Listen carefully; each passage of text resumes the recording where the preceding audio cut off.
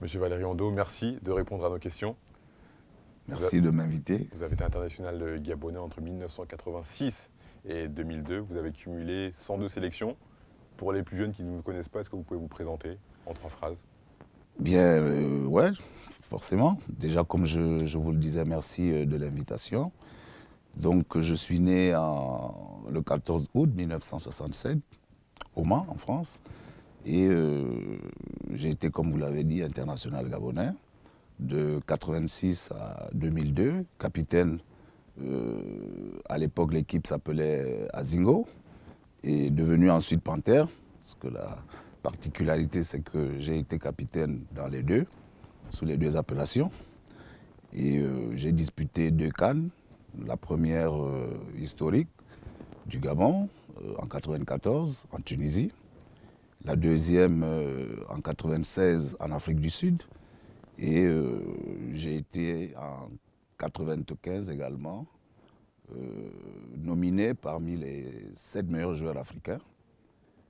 Et j'ai arrêté ma carrière en 2004 avec, comme vous l'avez souligné, au compteur 102 sélections. Vous avez arrêté votre carrière en 2004 à l'USM Libreville. Quand vous regardez le football d'aujourd'hui et le football de votre époque, c'était il y a 12 ans l'arrêt de votre carrière, quelle vision vous avez du football aujourd'hui et de l'évolution du football africain? Écoutez, l'évolution, on peut et on doit toujours la regarder sous 2 ordres, de manière positive et négative. Je pense que la médiatisation du football africain a fait en sorte qu'on arrête avec un certain nombre de comportements, notamment au niveau des arbitres, qui faussaient beaucoup les matchs. Et ça a fait également qu'une passerelle beaucoup plus rapide se crée entre l'Afrique et l'Europe, d'où le fait qu'aujourd'hui, on voit beaucoup plus de joueurs africains évoluer dans les championnats européens. Ça a également relevé le niveau des équipes nationales, parce qu'avant, il y avait des nations très dominantes, mais aujourd'hui, on se rend compte que le niveau s'est resserré de par le haut, ce qui évidemment est une bonne chose pour le spectacle, pour les émotions également et pour les compétitions que nous vivons depuis un certain temps. Et également, on se rend compte que nous avons des joueurs africains qui disputent lors des ballons d'or avec d'autres joueurs du continent européen, du continent sud-américain, ce qui aujourd'hui prouve à suffisance que notre football, dans ce sens bien évidemment, a évolué de manière positive. Après, comme je l'ai dit, le petit bémol, il y en a toujours, et qu'aujourd'hui, le fait d'avoir beaucoup de professionnels fait en sorte que les publics africains ne voient pas très souvent leurs équipes nationales, surtout lors des matchs, des confrontations amicales, parce que la majeure partie des joueurs évoluent en Europe, donc on est obligé très souvent de jouer certains matchs amicaux sur des stades de fortune, il faut le dire également, avec un public moindre, alors que bon, à notre époque, tous les matchs amicaux se jouaient à domicile et ça créait une osmose, une harmonie avec le public, ce qui aujourd'hui n'est plus le cas. Dans moins de 9 mois, le Gabon accueille la 31e édition de la Coupe d'Afrique des Nations. Quels sont vos favoris pour cette compétition? Ben, écoutez, déjà, il faut qu'on ait le tableau final parce que les qualifications ne sont pas encore achevées. Ben, généralement, depuis 6 ans, hein, donc ça fait parce que la CAN se joue tous les 2 ans. Les grands, j'entends par grand le Ghana, le Mali, la Côte d'Ivoire, le Sénégal s'ils arrivent à se qualifier. Vous êtes gabonais, mais vous ne citez pas le Gabon. Vous ne les voyez pas dans le dernier carré. C'est quoi l'objectif finalement? J'ai parlé des grands, donc je suppose avec beaucoup d'humilité que le Gabon n'en est pas encore un. Le Gabon est un outsider sérieux. Il faut encore qu'à domicile, bien évidemment, il faut encore qu'on arrive à trouver une certaine stabilité et sérénité au sein de notre équipe pour faire en sorte que le talent de Pierre-Emerick, ses qualités de buteur également nous soient profitables. On peut le constater également depuis près de 8 mois. Le Gabon enregistre des résultats en dents de scie, ce qui fait en sorte que la sérénité, de mon point de vue, n'est pas encore de mise. On a 6 mois pour combler ce retard. On espère que cela va se faire avec l'entraîneur actuel qui, des informations que j'ai, n'est pas en odeur ou n'est plus en odeur de sainteté avec les dirigeants. On va voir ce qui va se passer d'ici les 6 mois qui nous restent avant le démarrage de la compétition. Vous me parlez de Pierre-Emerick Aubameyang. Il vient d'être élu meilleur joueur de la Bundesliga par ses pairs. Quel est votre regard sur le ballon d'or africain finalement? Écoutez, d'abord, je suis de ceux qui pensent que ceux qui jouent en Europe ne devraient pas concourir au Ballon d'Or africain. Parce que, évidemment, la médiatisation, la surmédiatisation de ce football européen est un avantage, on ne peut plus indéniable pour eux par rapport à ceux qui jouent en Afrique. Bon, cela étant, la CAF Attribuer un titre au meilleur joueur du continent. attribuer un titre au meilleur joueur du continent, on respecte cela, mais comme je l'ai dit, j'espère qu'on va pouvoir évoluer dans évidemment le sens que j'ai évoqué. Donc je crois que Pierre-Emerick, meilleur joueur africain, c'est tout à fait mérité. Depuis 2 saisons, à Dortmund, il est parmi les meilleurs, non seulement dans son équipe, mais au niveau du championnat et des meilleurs buteurs européens. Donc c'est fort logiquement, je pense qu'on lui a attribué ce ballon d'or. Et je reste persuadé qu'il est encore capable de progresser. Il va falloir simplement que, je pense, dans les mois à venir ou à l'intersaison, peut-être qu'il changera de club pour prendre une dimension supérieure. Et vous pensez qu'il peut être le fer de lance de l'attaque et de l'équipe gabonaise lors de la prochaine Coupe d'Afrique des Nations? Est-ce qu'il peut, à lui tout seul, emmener le Gabon loin dans cette compétition? Bon, ce qui est sûr, c'est que c'est déjà le fer de lance, c'est un des leaders, pas seulement offensif, mais de l'équipe, de par sa notoriété, de par son talent, de par son charisme. Et puis, mais maintenant, pour que ce talent-là, ce charisme, cette qualité de buteur qu'il a puisse véritablement nous être profitable, il faudrait qu'autour de lui, il y ait une véritable équipe, que chacun joue son rôle, que chacun se mette à la disposition du collectif et que finalement, on puisse retrouver le vrai, le bon Pierre-Emerick, celui que l'on voit à Dortmund, même si il faut bien relativiser les choses. Les joueurs ne sont pas les mêmes, que ce soit que ceux qu'il a à Dortmund et au Gabon, mais il a déjà démontré avec ses coéquipiers gabonais qu'il était capable lui aussi d'être décisif dans cette équipe du Gabon, si tant est que, comme je l'ai dit, tout le monde joue son rôle et que le coach véritablement trouve la bonne stratégie, trouve la tactique qui devrait permettre à l'équipe gabonaise de positiver, parce qu'il va y avoir beaucoup de pression, que ce soit des éléments positifs qui amènent l'équipe à se surpasser, à donner le meilleur de soi-même. On va se projeter en 2018, année de la prochaine Coupe du Monde qui se déroulera du côté de la Russie.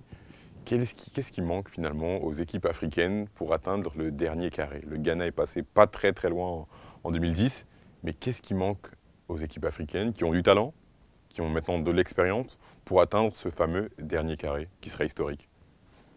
Je pense déjà qu'il y a 2 catégories d'équipes, que ce soit des compétitions continentales ou mondiales comme celle que l'on évoque, la Coupe du Monde. Des équipes qui viennent jouer la Coupe du Monde et des équipes qui viennent gagner la Coupe du Monde. Et on s'aperçoit que nous avons des équipes phares, telles que l'Allemagne ou l'Espagne, il n'y a pas très longtemps, voire même la France, qui, après un début difficiles, se sont repris et puis sont allés le plus loin possible. C'est déjà ça qui doit habiter les équipes africaines, c'est de se dégager de ce complexe-là, puisque nous le constatons en termes de joueurs déjà, de talent intrinsèque. Les meilleurs joueurs africains jouent avec les meilleurs joueurs européens et sud-américains dans les mêmes clubs. Et on est à même, logiquement, de penser que ce talent, cet intérêt qu'ils ont, qui est grand, qu'ils ont dans leur club, la capacité qu'ils ont à être décisifs dans leur club, ils devraient se répercuter dans leurs équipes nationales. Cela étant, je pense évidemment que l'expérience aujourd'hui démontre que nous devons, les équipes africaines tout du moins, devraient mieux gérer leurs émotions lorsque l'on arrive en quart de finale, parce que cela ne devrait pas être un objectif. L'objectif, comme vous le dites, c'est d'atteindre le dernier carré. Et qui dit déjà dernier carré veut dire que vous allez jusqu'au bout de la compétition, puisque bon, vous allez jouer le match de classement si évidemment vous êtes battu, ou bien la grande finale. Et je pense qu'aujourd'hui, dégagés de ce complexe, les Africains peuvent, du moins c'est ce qu'on espère, en 2018, franchir cette barrière des quarts de finale pour pouvoir peut-être pas disputer une finale de Coupe du Monde. Ce n'est pas dans l'ordre de l'impossible pour l'instant. Vous avez arrêté votre carrière de joueur en 2004, mais vous n'êtes jamais resté bien loin du football. Vous avez été notamment directeur d'un centre de formation, entraîneur même des moins de 18 du Paris FC. Est-ce que vous pouvez nous parler de toutes ces expériences autour du football? Vous restez finalement accroché au football? Oui, tout à fait. Le football me colle à la peau. Ça a été une profession. Avec la même passion, je suis devenu encadreur. Et j'ai pris beaucoup de plaisir à déjà passer mes diplômes d'entraîneur, ce qui n'était pas facile. Et puis, évidemment, à embrasser cette carrière d'encadreur des jeunes d'abord. Et puis après, ce qui est intéressant avec les jeunes, c'est que on évalue, on maîtrise leur progression et puis il y a des choses beaucoup plus agréables que l'on voit comparativement lorsqu'on est avec les seniors. Mais évidemment, j'ai dû progresser puisqu'après j'ai entraîné les moins de 20 ans en équipe nationale. Ça aussi, ça a été une expérience intéressante. On avait été battu par le Nigeria 3-0 à Abuja, le Nigeria qui après est devenu vice-champion du monde. Et puis bon, on avait gagné 2-0 à Libreville, donc on n'était pas loin de créer la surprise. Donc ça a été là aussi, j'ai engrangé là aussi une expérience importante. Et par la suite, directeur technique national, adjoint à la Fédération gabonaise de football, pour pouvoir organiser le football au niveau des jeunes, au niveau féminin, même si le bémol que je pourrais relever, c'est que malheureusement, les directions techniques, du moins celles-là où j'ai été, ne sont composées que de 1 ou 2 personnes, ce qui, par rapport à la charge de travail, est moindre. Il faudrait qu'on élargisse beaucoup plus le groupe de travail pour que la répartition des tâches soit beaucoup plus claire et que nous soyons, du moins lorsque cela se fera, qu'on soit véritablement une DTN fonctionnelle qui est un laboratoire de pensée, de conception de la politique nationale du football. Donc c'est très important lorsque on a envie de mettre un système de formation en place, lorsqu'on a envie de faire en sorte que le suivi du plan de carrière des joueurs se fasse de manière progressive, il est important d'avoir une direction technique digne de ce nom. Donc ce n'est pas encore le cas. J'espère que dans les prochaines années, on va remédier à cela. Et ensuite, j'ai occupé, il n'y a pas très longtemps, les fonctions de conseiller du ministre de la Jeunesse et des Sports chargé du football professionnel. Là encore, j'essaye d'en tirer tout le positif qu'il y a eu. Juste pour finir, vous nous avez envoyé une photo. Oui. Je voudrais que vous décriviez cette photo. Quelle année, quel match, Bon, quel écoutez, contexte? Cette photo, c'est le 26 décembre 1988 au Cameroun, à Yaoundé. Match final Cameroun-Gabon, finale de la Coupe de l'UDA, qui était une coupe devenue Coupe de la CEMAC, qui était une coupe sous-régionale, rotative. Et à cette année 88, c'est le Cameroun qui nous accueillait.